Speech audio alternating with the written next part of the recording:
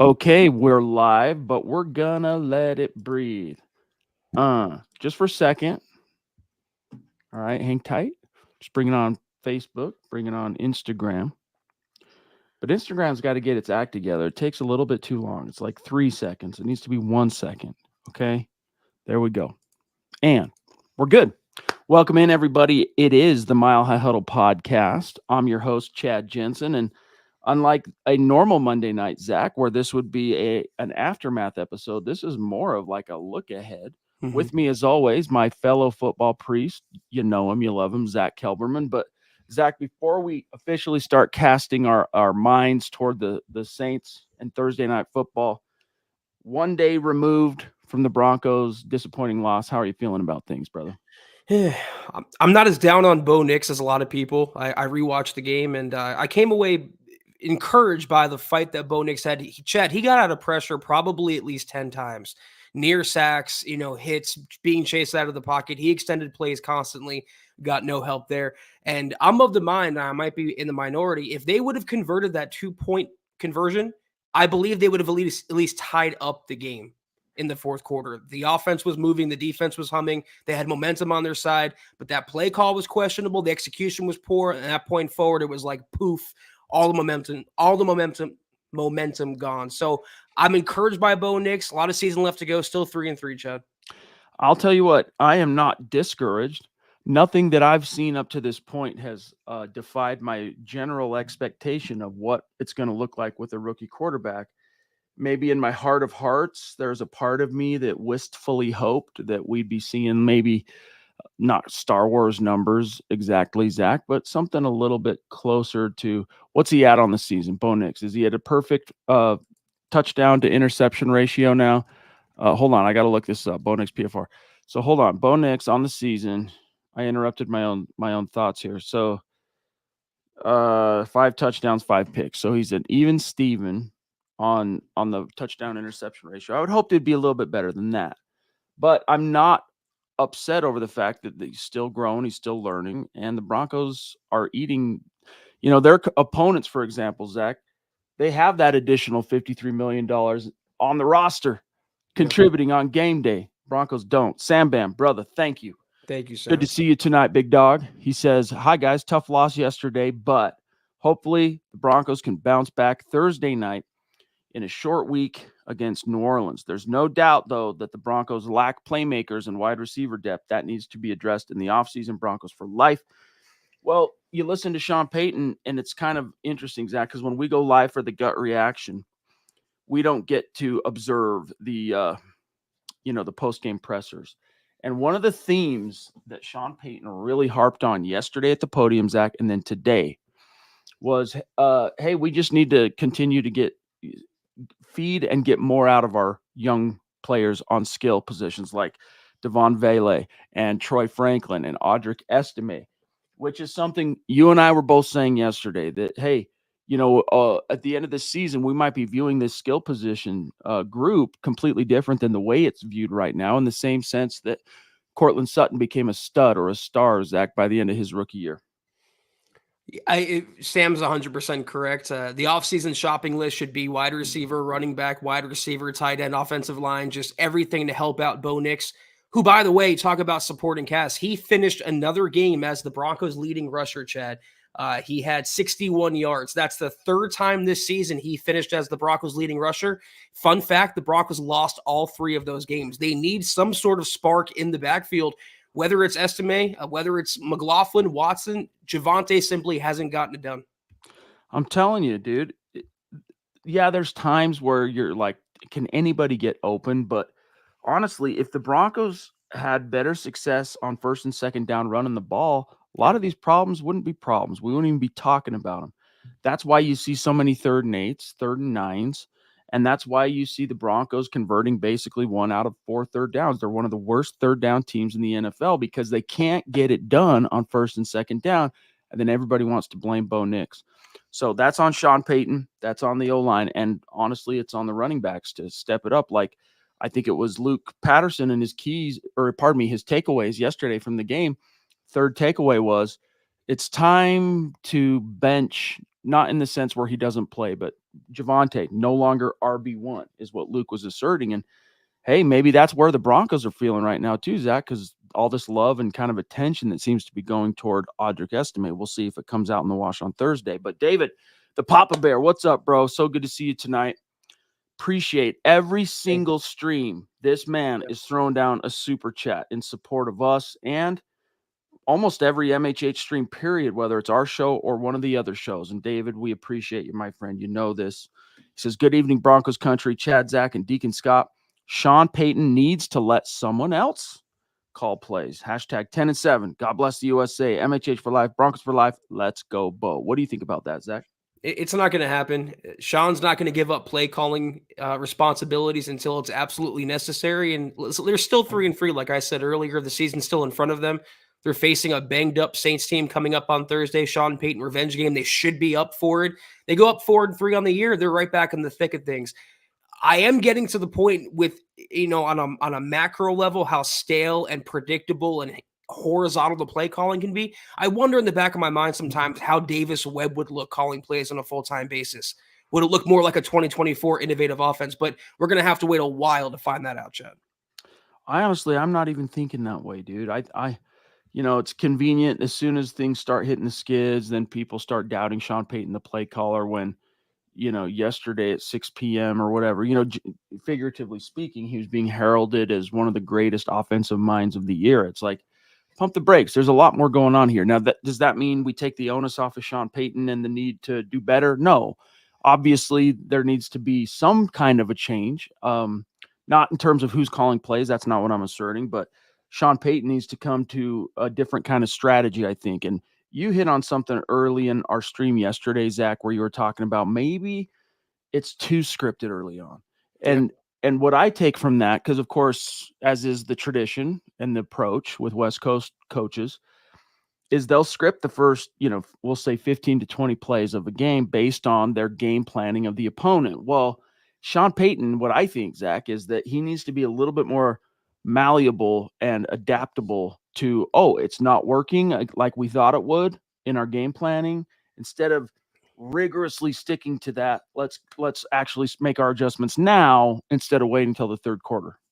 Yeah, I mean, you can't be too stubborn. I never really understood the full point of scripting plays to start when anything can change at a moment's notice, Chad. A player can go out, a player can come in. Things happen on the fly in the NFL, and you can't script what happens. You should be playing by the seat of your pants for the most part. You don't have to watch 3 hours of the full game. You don't have to watch all 22 and break that down. Just go to YouTube, NFL YouTube, watch the highlights of the condensed highlights, the second half versus the first half. When Bo is just playing loose and playing comeback up tempo and just going out there backyard football, that's when he plays his best. He's thinking too much in the first half, and Sean Payton's thinking too much too. He's outsmarting himself and sticking a square peg in a round hole despite it not fitting repeatedly. Indeed. Drake Wally, what's going on? Our brother from the Colts beat checking in to say, thank you, with Drake. A super chat, dudes, been too damn long. Through 6 weeks, how do you each feel about Nix? Also, is Williams back to RB1? I think what he means is like, is he giving you RB1 production? But what's your answer for Drake? Javonte was the last couple of weeks. It seemed like he was turning a corner, then fell off the cliff once again against the Chargers. About Bo Nix, I think honestly, Chad, with you take away PS2 and maybe Zach Allen, Bo Nix has been the Broncos' best player just because the way he's growing it, and it seems like in yesterday's game, he was the only one fighting. I mentioned him getting away from pressure and extending plays. You look at the lack of supporting cast, the Bo Nix scramble or the magician-like, Mahomes-like. Garrett Bowles blew a block 3 times on that play alone, literally stood there like the controller died in Madden. Bo Nix has to overcome all these things, and he was the only one with motion. He was the only one making plays and at least moving the offense in a positive direction. Also had a couple nice throws. You just see the progress. So considering he's a rookie in a Sean Payton offense with probably the worst supporting cast in the NFL, Drake, I am damn sure encouraged by how Bo Nix has looked. I'm not worried about Bo Nix. He's saying here with serious power back vibes with how bad Williams is, it's worth a shot. Let me look at something here. Let me see the full. Is Williams back to everyone with serious power back vibes? Okay. Audric deserves a shot. Drake, you're going crazy on super chat tonight, bro. Love it. Thank you, bro. Audric deserves a shot. He's got athletic A.J. Dillon vibes and causes chaos with his power running. Williams has been bad, so it's worth a shot. Yeah, he really has. Like, Zach and I both, before the Jets game, we were saying, so before week 5, we were saying, time to start looking elsewhere, but Audric's on IR, so you got to kind of wait. Let's see. We were talking about Tyler Bidet, then he got hurt.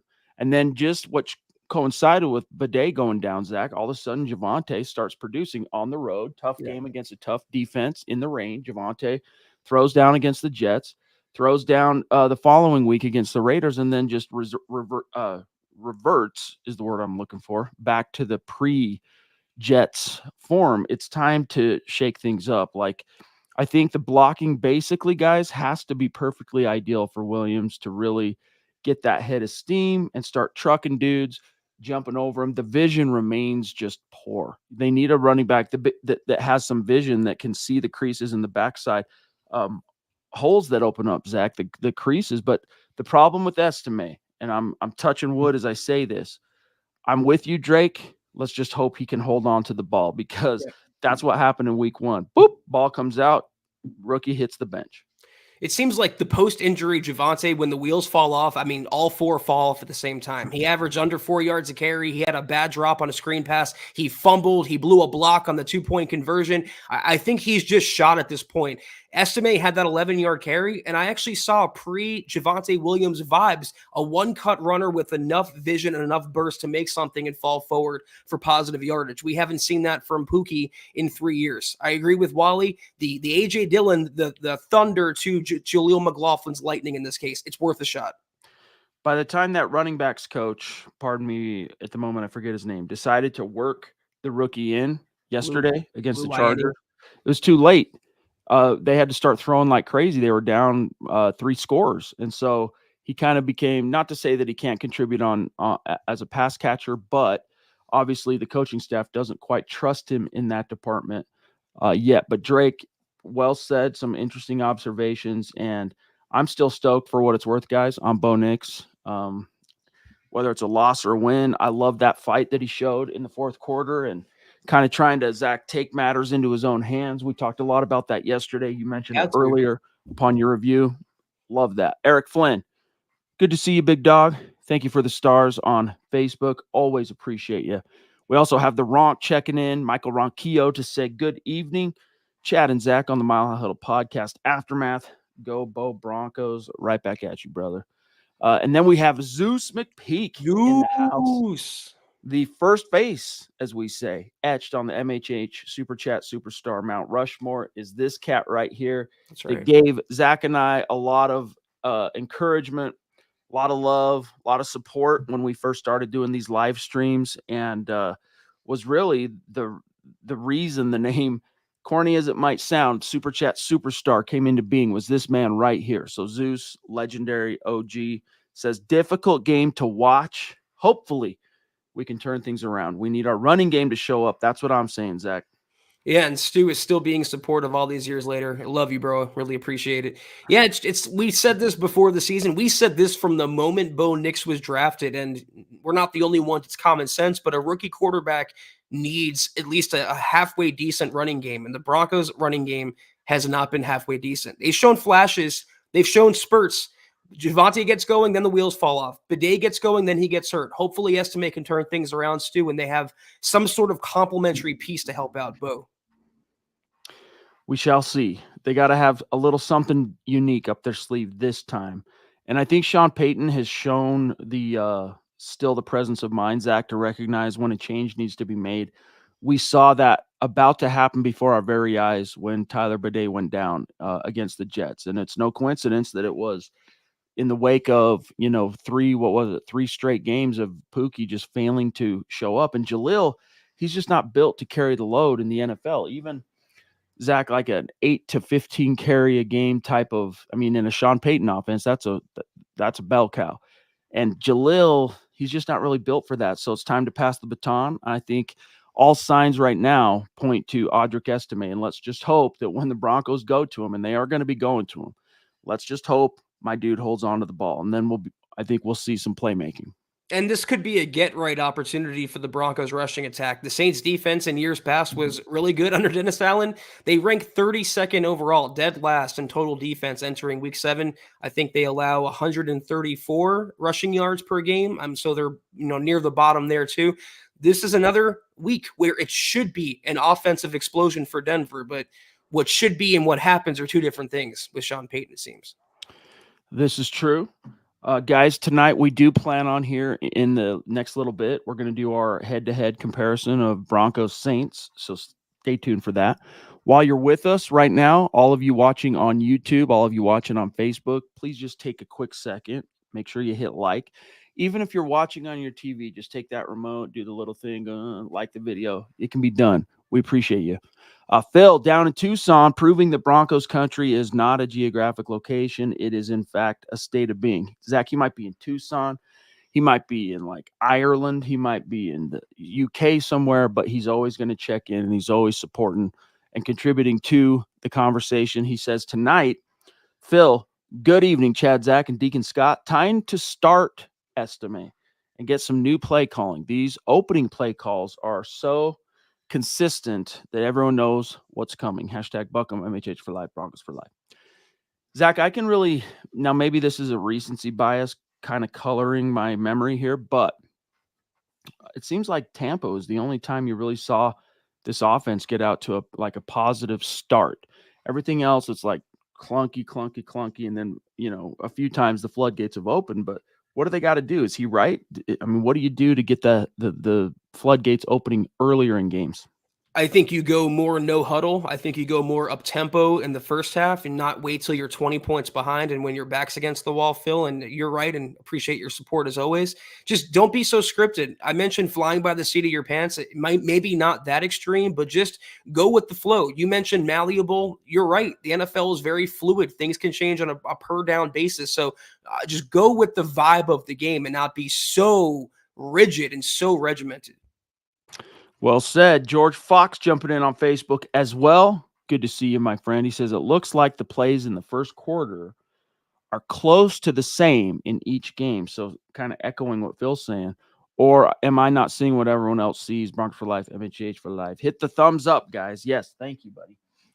Yeah, there's something to the structure. And it's one thing, I'm not saying that Sean Payton should do away with, 2 decades of his approach to game planning and structuring and scripting the first, quarter, we'll say, quarter to beginning of the second. Usually, Zach, is how it pans out. I mean, how often do you see a 20-play drive?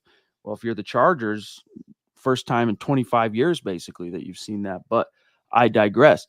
It's not that you go away from that, Zach. It's that you show a better propensity and presence of mind to, our game planning, it's not working the script. Let's adjust now instead of waiting until the second half coming out of halftime. They got to have a better process for that, whether it's Joe Lombardi, is he up in the booth? Like whoever it is that can see some eye in the sky, quality control.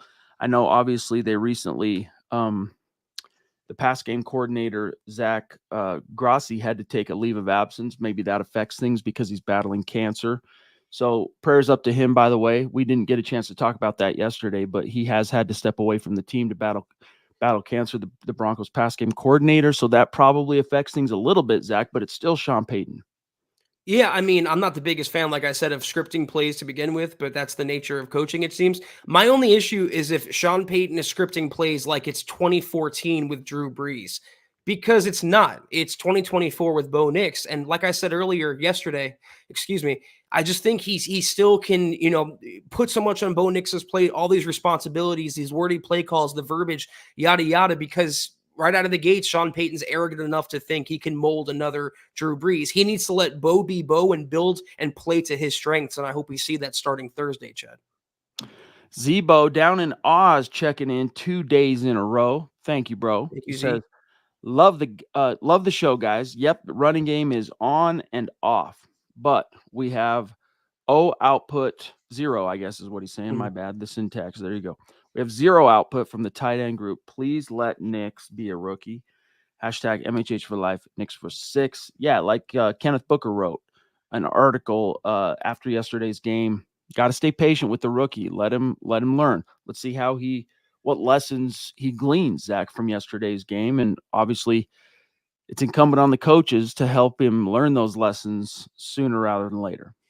I don't think Bo Nix had any true rookie moments yesterday. And I agree with the premise here. Let him be a rookie and let him take the bumps and grow and play to his strengths. But again, the rushing ability, the magician play I mentioned earlier, if that was Patrick Mahomes, Chad, that would be on SportsCenter top 10 highlights. Because it was Bo Nix, I guess it wasn't. He also had a great hole shot in triple coverage to, I think it was Vele in the second half. I mean, he had some really nice plays in that game yesterday, and it seemed like at times, again, he was the only one on fast forward while everyone else was on rewind.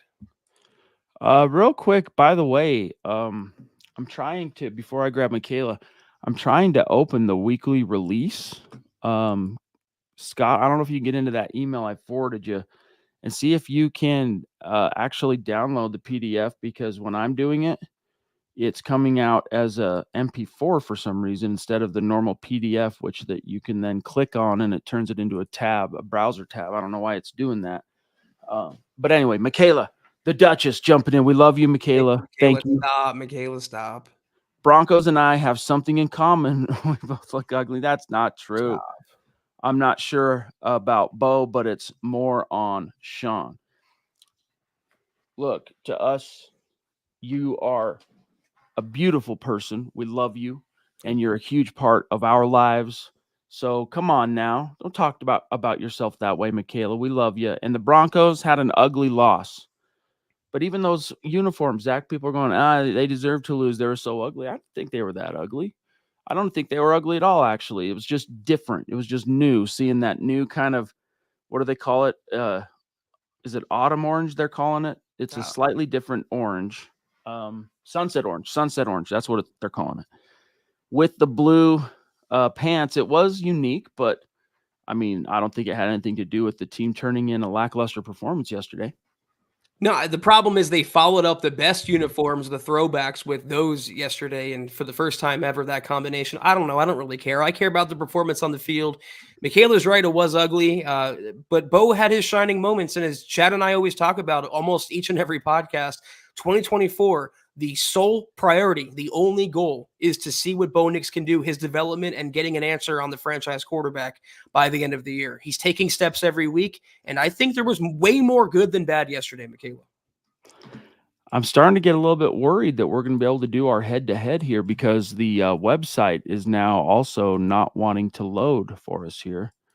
And the PDF is not downloading. Maybe they're updating it. I don't know. So fingers crossed. We'll see. If it doesn't work out, maybe we can talk to Luke and Tom about doing a head-to-head for you guys. Hopefully it works out, but we'll see. Fingers crossed. Fingers crossed. Taylor, hey guys, who steps up this week for PS2? Well, it was kind of interesting, Zach, because what we saw yesterday was they kicked Jaquan Macmillan. Let's get our syllable emphasis correct here. He was playing on the outside, and it didn't go too well. I don't think that's par for the course. I think it was just a sudden shift and a sudden change that he and Vance Joseph weren't quite ready for.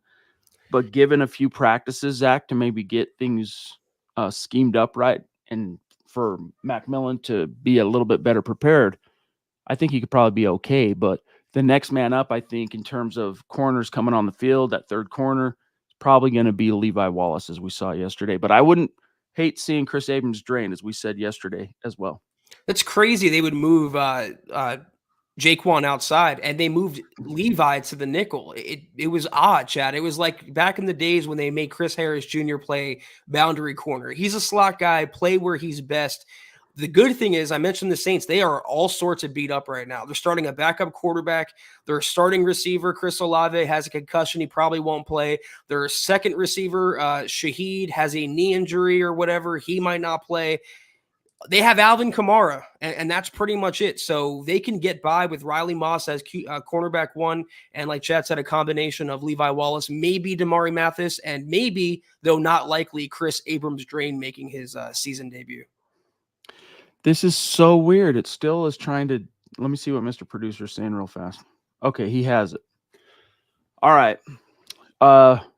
Taylor, we're going to see how that shakes out. But being that we're at about 25 minutes, let's do the head to head. And look, he's already got it good to go. So Scott, let me go ahead and change that and change one other thing here. Okay. So as you guys know, green signifies top 10 ranking statistically. Red is bottom 10. And you have a 3-3 Broncos squad heading into Caesars Superdome to take on a 2-4 Saints squad. And when you look, Zach, at the first statistical area, the Broncos are -1 in turnover differential. That ranks 19th, so they're kind of middle of the pack there. Whereas the Saints are doing pretty well there. They're +3, so that ranks them in the top 10. They're number 8. But that time of possession, Zach, puts them kind of right there at the top of the bottom third for the Broncos, whereas the Saints are middle of the pack. And look, all that separates is 1 minute from middle of the pack, Zach, to a bottom ranking is one minute of possession. So there is that. Then we have on offense, the Broncos. Look at all that red. It's pretty ugly. Let's see, Scott. Let's see third down. Okay. Yeah, that's bad. 1 in 4, Zach, for your Broncos offense. 1 in 4 third downs being converted. 50-50 in the red zone. That's not too bad. That's middle of the pack, ties them for 19th. But look at the Saints. They're scoring 28 points per game. That's good for 6th. Now, they haven't, the Broncos defense it's probably not going to let them score 28. But, Zach, you're probably going to have to, if you're Bo Nix and Sean Payton, you're probably going to have to put 21 to 24 points on the board to win this game on the road. And then you look also, now granted, it's a different quarterback. It's a rookie quarterback. But this Saints offense so far ranked 3rd on third down and 3rd, Zach, in the red zone. They're converting nearly 3 out of 4 red zone trips into touchdowns. I'm watching Aaron Rodgers right now, and I'm hearkening back to when he called the Broncos game an outlier. And if you follow the Saints, the start to the season was a major outlier for Derek Carr in that offense. The points per game and some of the other green and boosted numbers were kind of manufactured by the point output. They had 47 in week 1, 44 in week 2. Then they had 12, 24, 13, and 27 yesterday. So again, the loss of Derek Carr and them kind of just naturally crashing back down to earth. I don't think that Saints offense, Chad, is as good as some of those numbers indicate. Though again, they still have Alvin Kamara, who's a hell of a running back. I mean, they do have 9 giveaways total. That's 3 fumbles, 6 picks. So I could see this being the game, especially with Spencer Rattler. If he does end up starting again, which all signs point that way. But if he does, maybe this is the Broncos defense is one of those games where they can get back on the takeaway horse. He has no one to throw to. I mean, literally, he's down his top 2 receivers. They don't have a tight end that's really worth anything out there in New Orleans. He's going to lean heavy on the ground game, Spencer Rattler. And again, you're right, Chad. This is a defense. This is a game where the defense should feast and dominate. I'm not looking to just simply hold them. I'm looking for the Broncos to dominate Spencer Rattler. Well said. Now we take a look at the defense, and we start seeing some of that beautiful green. The Broncos are ranked still 3rd or in the top 5 still in points per game allowed. So 16 points per game. That's 3rd best in the NFL for a team allowing points. It's 4th best in net yards per game. Passing yards, that's 5th best passing defense. Broncos have 5 picks, which ties them for the 8th most in the NFL, which is good to see. You look on the Saints side of things, though, they have 10 picks. So you want to talk about opportunistic. They have been able to capitalize, and that has obviously contributed greatly to, Zach, to their scoring. You not only get those extra possessions, but how many of those interceptions set the offense up in plus territory. They're able to go to work. But sacks, look at this. The Broncos have 22. That's 2nd in the NFL through 6 games. And in sacks, the Saints, Zach, 15. So that's middle of the pack. But they're 12 total takeaways, man. That puts them at 4th most in the NFL. The Broncos, though, they saw their third down. The third down's still not quite where they want it to be. But red zone, no one is better than this Broncos defense in the red zone. But look who's right behind them at number 2. Saints in the red zone. So what do you make of that, Zach? The only Achilles heel the Broncos had on defense was their rushing, and it seems like VJ has that more under control. That Broncos front seven, Chad, the D line, I cannot tell you how impressed I am with them. They're just big man eaters up front, and we've dreamed of having this for quite a while. The Saints, as I said earlier, they were elite for years under Dennis Allen and Sean Payton, for that matter. I don't know why they fell off a cliff. They're very high energy. They're very opportunistic, as you see by the takeaway numbers there. They have Marshawn Lattimore, but they're very susceptible as well. Through the air, as you can see right there, 29th overall, 262 yards per game. If this isn't a breakout opportunity for Bo Nix and that Denver offense, what is? I mean, they gave up, 51 yesterday to the Bucks. So hope remains. Sean Payton hasn't done so well in the revenge category, with the exception of the Jets game, and that was about as ugly of a victory. When you talk about winning ugly, Zach, that's about as ugly as you can get out of a game with a win. But it'll be interesting to see how it shakes out. Now, special teams, we'll take a quick look at special teams. Mr. Producer saying the Saints had 27. Let's see, they haven't scored 28 with Spencer Rattler. They had 27 in the second quarter last week, including a Rashid PR punt return for a touchdown. All 27 points yesterday, which is what they finished with on the board, came in the second quarter, Zach. That's interesting. And Shahid's probably out now with that injury. One of their offensive spark plugs, one of their biggest spark plugs overall. So again, this is a down bad opponent, primetime game. The Broncos should be up for it. I'm expecting a win. And I know it's early. Maybe we'll give our roundtable predictions a little early before Thursday, but I'm expecting a dub this game, Chad. Scott, let me see the special teams and the okay. So net punting average, Broncos ranked 10th, punt return average 7th, punt return average against. So we're holding them to 6.5 yards per return. That's 9th best. And then, so special teams, 1, 2, 3, 4, 5 of the 7 key categories, Broncos are ranked top 10. Another mark of the coaching changes that happened when Sean Payton arrived. But look, the Saints, they prioritize good special teams as well. A lot of green there. However, their punter, not so good, Zach. The Broncos punter is. I got to give Riley Dixon his flowers for yet another week. He was one of the random guys I was very hard on. You were as well. A lot of people were. They thought they can upgrade there. And he's been, aside from PS2 or Bo or some other players, the MVP for the Broncos. And he was excellent yesterday against the Chargers. Okay, here we go. So this little asterisk there is to showcase that it doesn't really count Monday Night Football, which we understand. But penalties committed, the Broncos are bottom of the league. They're tied for 24th most with 43. The Saints have 36, which puts them in the middle of the pack. But Broncos opponents committing the second most still, up there high with 48. And the Saints are doing a good job to get their opponents, Zach, to laps as well.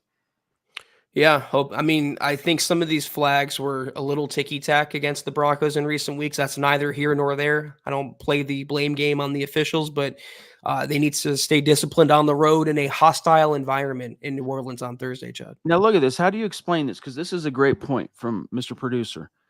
This means if you are ranked in the bottom third in penalties committed and the top 2 in opponent penalties committed, that means that the officiating crews have a you-know-what up there, you-know-what, about calling penalties in Denver Broncos games. What the Sam Hill's going on?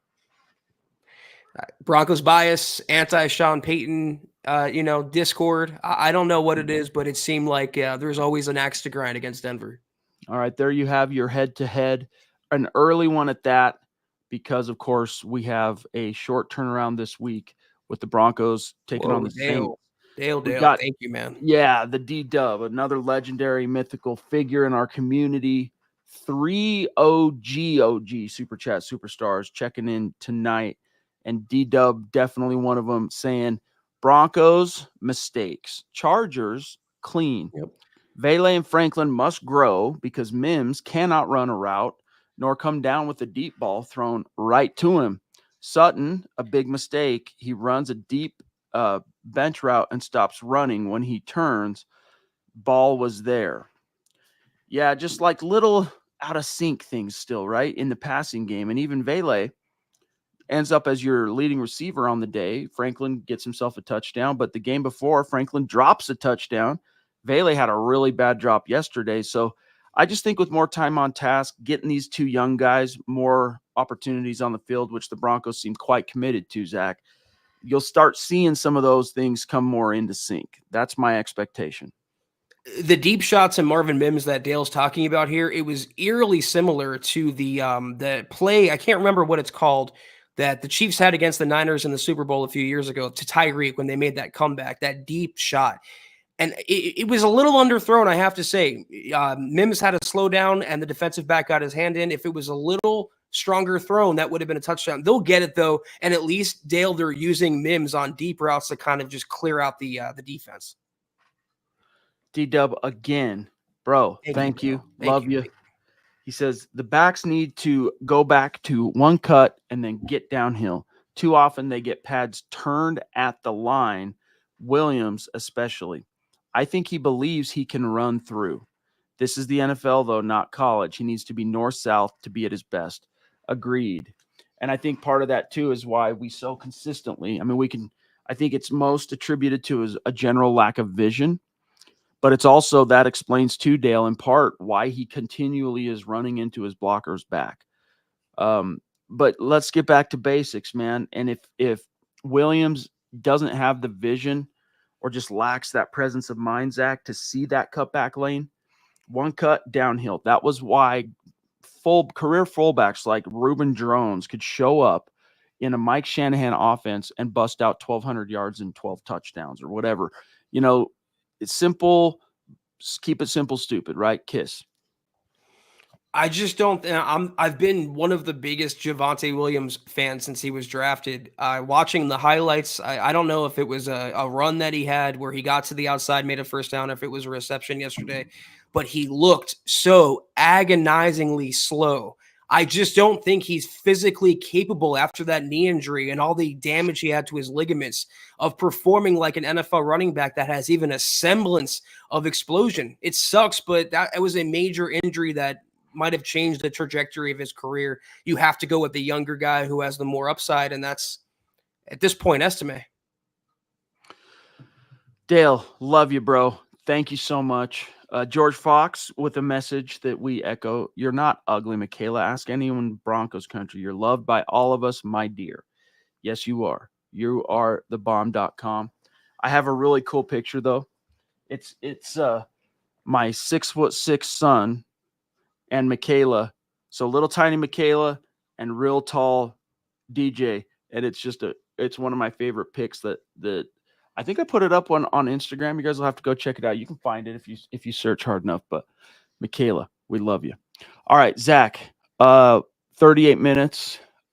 Right now we are I'm taking a quick glance up to see that the Jets have a 10-7 lead on the Bills in the second quarter, early in the second quarter. But being that this is our last episode, yours and mine, before the game, let's get into some keys and just a little bit of forecasting here. How are you feeling? Or what are Sean Payton's keys to a victory here in New Orleans? Number one, the offense being the concern, start faster, play a little more loose, less scripted, everything we talked about earlier, just more up tempo, no huddle, whatever you have to do, just start faster, be aggressive, push the ball downfield, just go back to what they showed against Tampa Bay or even the Raiders, for example. The running game, give more carries to Estime, see what you can do with McLaughlin. Hopefully Pookie gets right, get the running game going. And for Bo, the protection has to be there. Hopefully you get Mike McGlinchey back at right tackle. Forsythe is settling down at center. Garrett Bowles will hopefully show up. Just the continued production of the offense on defense. Like I said earlier, I don't want to just get by this game or limit New Orleans. There is no reason why, considering the injuries to the Saints' firepower, the Broncos should not be able to dominate this game on defense.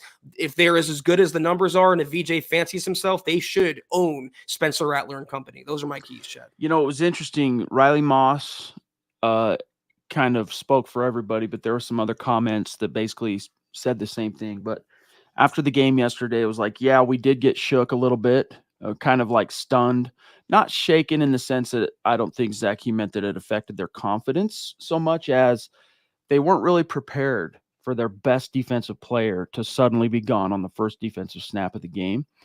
And so, considering that we have every reason to believe PS2 won't make it out of concussion protocol by Thursday night, I think this defense has the time to kind of get their ducks in a row and be prepared to play, especially having that whole game behind them, and then the time to prepare for Spencer Rattler and a skill position deprived Saints offense. So I'm expecting this to be one of those games that even without PS2, Zach, where this defense does kind of impose its will a little bit, even taking the ball away. And this is one of those games where Bo Nix and company have to be ready to capitalize on those opportunities. Like even yesterday, it ended up being the difference in the game. The Broncos turned it over twice, and in both cases, the Chargers made them pay. They got a touchdown out of one and a field goal. So those 10 points, what was the final score margin, right? 23-16 ended up being the difference in the game. So when those turnovers come on Thursday night, and I believe that they will, Zach, Bo Nix has to be ready to jump on that. Yeah, I mean, BK is saying PS2 is a huge loss, and obviously the Broncos' best player not playing is a loss. But if there's any week for him to miss, it's this week, and then he gets like a mini bye week to fully heal up for the next game. I'm looking at the Saints depth chart right now in front of me. Chris Olave has a concussion, assuming he's not playing. Shaheed has an injury, assuming he's not playing. The receivers are Mason Tipton, Cedric Wilson, and Bub Means, something named Bub Means. If the Broncos offense or defense with Riley Moss and company can't shut them down, then I'm done. We shall see. Phil says pretty simple to beat New Orleans. Just use 4 quarters of play calling, fourth quarter play calling to start the game. So your approach in the fourth quarter where you say, hey, Bo, just go do you. He's saying that's how you beat New Orleans, but from the start. Or use the plays we used to start against Tampa Bay, Zach. Great minds, Phil. It's what I said a second ago. Just that it was night and day when they started against the Bucs. It was like, who are these Broncos and where have they been? I want to be able to say that again. Just start fast, start aggressive, and take shots down the field. It's all we really ask. Thank you, Phil. Appreciate you the support and the insight as always, my friend. We will save our predictions, also, our official predictions for the roundtable that we'll publish probably middle of the day Wednesday. So look for the Mile High Roundtable article about lunchtime on Wednesday. But the Broncos, Zach, are 2-1 on the road this season. Both of those wins came on the East Coast road trip, so back-to-back. And, Zach, one of them was in the NFC South. So I'll wait to fully reveal how I see things. But I think Sunday you saw Sean Payton and Bo Nix take a little bit of a step back. This is a game, of all the games that Sean Payton has had some kind of a revenge stake in the outcome, this is the one that obviously is the biggest, right? Because Saints fans, generally speaking, and he said at the podium today in his conference call that, he doesn't expect the Saints fans to give him any warm and fuzzies for yours truly, quote unquote. But the way they perceive Sean Payton is, hey, you were our guy. You helped us heal from Hurricane Katrina. You won the only Super Bowl we have, the only marked period of success in our franchise history, sustained success, was from you. Then you left us to retire, only to pop up a year later. And by the way, only a year after Drew Brees retires, you retire. Then you come back a year after that with a different squad. They're going to be hating it, but this is where Sean Payton's got to be like, look, don't talk back to dad. This is, I'm showing you I'm still dad. I got the old man strength. Don't step to me. I think this is actually setting up beautifully for the Broncos playing Thursday. Working under the presumption that they're pissed off and want to get the taste out of their mouth from yesterday's game, they don't have any time to dwell on the Chargers. They have to, as Sean Payton talked about, turn the page right away as soon as they went to bed last night. So it's an easy, short way to really get a lot of their frustrations out and show the national stage, show the world and the country that they're not a joke, that they can compete and they're resilient to battle back from what was a pretty dismal defeat. Here's a bold prediction. Zach Allen has himself a day. He's been consistent week in, week out. But this is a game I'm going to predict Zach Allen comes away with a couple of sacks, one of which is like a big game changer. There's your crystal ball, bold prediction for week 7. But guys, we're about out of here. We got a few messages for you, so don't leave quite yet. But this is your last call for any burning questions or supers. Cannot believe it's been 45 minutes already, but not surprised. You are the greatest. Every single one of you. That was the MHH podcast. If you're not doing so yet, please follow us on Twitter at the MHH pod. You can follow the main account on Twitter at Mile High Huddle, Chad at Chad and Jensen, myself at Kelberman NFL, and Scott, our producer, at Scout Kennedy. If you guys want some merch like we're rocking each and every single podcast, check out mhhmerch.com. and get yourself some, baby. If you haven't done so yet, drop us a like at facebook.com/Mile High Huddle Pod. You can find us on Instagram at mile_high_huddle. If you're listening on Spotify or Apple Podcasts, make sure you're leaving your football priest a 5-star review for a chance to win some merch each and every single month. But if anything, please, please, please subscribe, like, and share this video and every video you see on the MHH channel. It really helps us grow. It really does. And reach more Broncos fans just like you. This is awesome, DJ. I'm glad you got the jersey, that it made it to you safe and sound. He says, what's up, guys? I'm ready for the game. I'll take a picture with the new jersey and post it. Definitely do that, my friend. He got the Bo Nix jersey, so that's good to hear. All right, guys. Well, listen. Love you. Thank you for spending time with us tonight. Can't wait to see how it shakes out. Zach and I, of course, we're back for the gut reaction Thursday night. It'll be a late episode. But in the meantime, don't miss the dudes tomorrow night, building the Broncos, Nick and Carl. And, of course, Wednesday morning, you'll have some Broncos for breakfast, right, Scott? And then some Mile High Insiders Wednesday evening to finish previewing the game. So good stuff, baby. And thank you, Mike, checking in at the very end, punctuating the show. So Mile High salute and a special shout out to the great Super Chat superstars and supporters like the Ronk, like Sam Bam tonight, helping us keep the lights on. The Papa Bear, David McElrath, Drake checking in from Colts Nation. Thank you, bro. Eric Flynn, Zeus McPeak, Phil McLaughlin, George Fox, Zebo, the Duchess, Michaela Parker, Taylor Christensen, D-Dub, our great friend, Dale. And I think that covers everybody. So love you guys. Thank you so much. Have a great week. Can't wait to see you again Thursday night. Quick turnaround. We will see you guys on Thursday night for the gut reaction. Have a great start to your week. Take care. And as always, go Broncos.